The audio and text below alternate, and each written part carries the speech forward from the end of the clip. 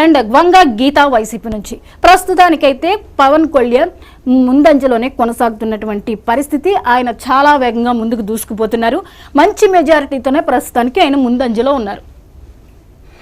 ఇక నగరి నియోజకవర్గం, ఇక్కడ బరిలో ఉన్న అభ్యర్థులు కనుక చూసుకున్నట్లయితే Gali Bhanuprakash Naidu TDP and RK Roja Selvamani.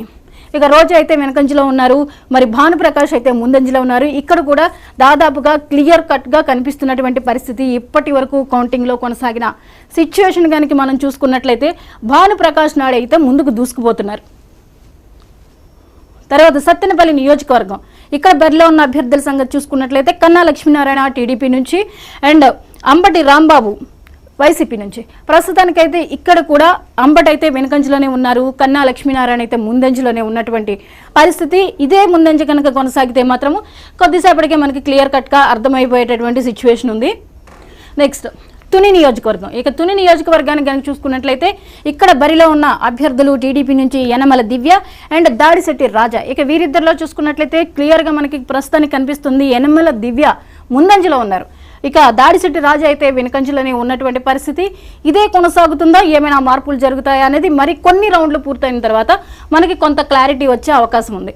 Yes, మొత్తానికి నియోజకవర్గాల వారిగా ఇప్పటి వరకు ఉన్న అప్డేట్ని కనుక మనం చూసుకున్నట్లయితే దాదాపుగా ఇప్పటి వరకు మనం ప్రస్తావించుకున్న నియోజకవర్గాల్లో అత్యధికంగా టీడీపీ మాత్రమే ముందంజలో కనిపిస్తూ ఉంది, ముందంజలో దూసుకుపోతుంది. భారీగా చాలా వేగంగా ముందంజలో ఉంది టీడీపీ. మరి వైసీపీ ఇంకా ఎక్కడెక్కడ పుంజుకోపోతోంది. ఇక తదుపరి రౌండ్ల ద్వారా మనకు అర్థమయ్యేటటువంటి పరిస్థితి ఉంటుంది.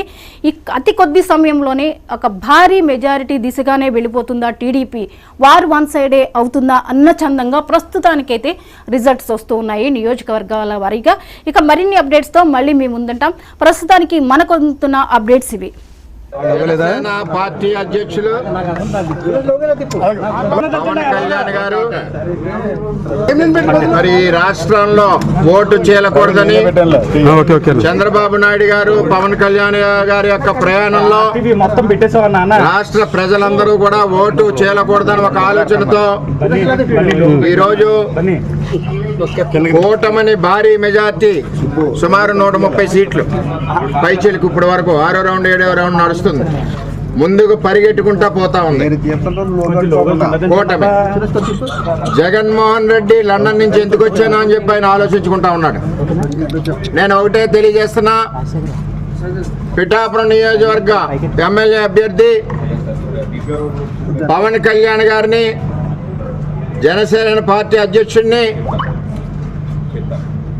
భారీ మెజార్టీ అంటే 5 రౌండ్లు అయినాయి. 6వ రౌండ్ ఇప్పుడు సర్టిఫై చేస్తున్నారు. 24,930 ఓట్లు